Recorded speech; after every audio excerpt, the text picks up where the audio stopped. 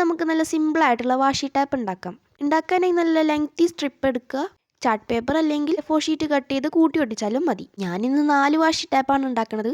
അപ്പോൾ 4 സ്ട്രിപ്പും വേണം. ഒന്നാമത്തെ സ്ട്രിപ്പിൽ ഗ്രിഡ് ലൈൻസ് ആണ് വരച്ചത്. വരയ്ക്കുന്നുണ്ടെങ്കിൽ നല്ല തിൻ എഡ്ജായിട്ടുള്ള സ്കെച്ച് വെച്ച് വരക്കാൻ ശ്രദ്ധിക്കുക.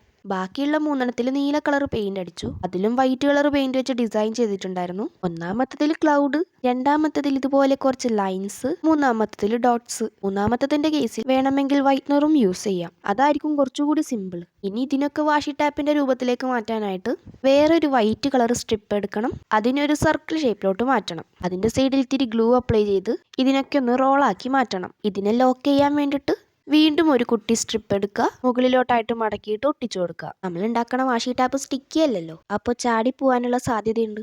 അതുകൊണ്ടാണ് ഇങ്ങനെ ചെയ്ത് കൊടുക്കുന്നത്. അങ്ങനെ 4 വാഷി ടാപ്പും സെറ്റ് ചെയ്തെടുക്കുക. ഈ ജേണലൊക്കെ ചെയ്യണ സമയത്ത് അവിടെ ഇവിടെ ആയിട്ട് ഒട്ടിക്കാൻ വാഷി ടാപ്പ് ആയില്ലേ. ഇഷ്ടപ്പെട്ടു കഴിഞ്ഞാൽ ലൈക്കും സബ്സ്ക്രൈബും മറക്കണ്ട. ബൈ.